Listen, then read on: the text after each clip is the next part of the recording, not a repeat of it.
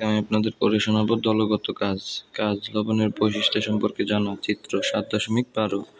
প্রয়োজনীয় উপকরণ: একটি পাত্র, খাবার লবণ, বিশুদ্ধ পানি ও লাল লিটমাস কাগজ। নাড়ানি পদ্ধতি: পাত্রে ৫ থেকে ১০ গ্রাম লবণ নিয়ে ৫০ মিলিমিটার বিশুদ্ধ পানি যোগ করো। নাড়ানি দিয়ে ভালোভাবে নাড়া দিয়ে লবণের দ্রবণ তৈরি করো। এবার একে একে লাল ও নীল লিটমাস কাগজ যোগ করে দেখো এদের রং পরিবর্তন হয় কিনা। লিটমাস কাগজের রং কি পরিবর্তন হলো না। এতে প্রমাণিত হলো যে লবণ নিরপেক্ষ পদার্থ। তবে কিছু কিছু লবণের জলীয় দ্রবণ অম্লীয় বা ক্ষারীয় হতে পারে, যেমন বেকিং সোডা, NaHCO3 বা খাবার সোডা।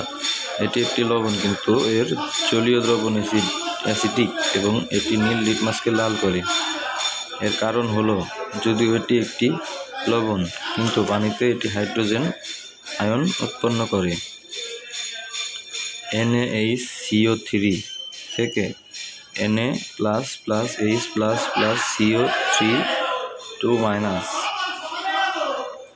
আবার সোডিয়াম কার্বনেট Na2CO3 জলীয় দ্রবণ ক্ষারীয় এবং সেটি লাল লিটমাসকে নীল করে। এর কারণ হলো, পানিতে সোডিয়াম কার্বনেট সোডিয়াম হাইড্রোক্সাইড ও কার্বনিক অ্যাসিড তৈরি করে।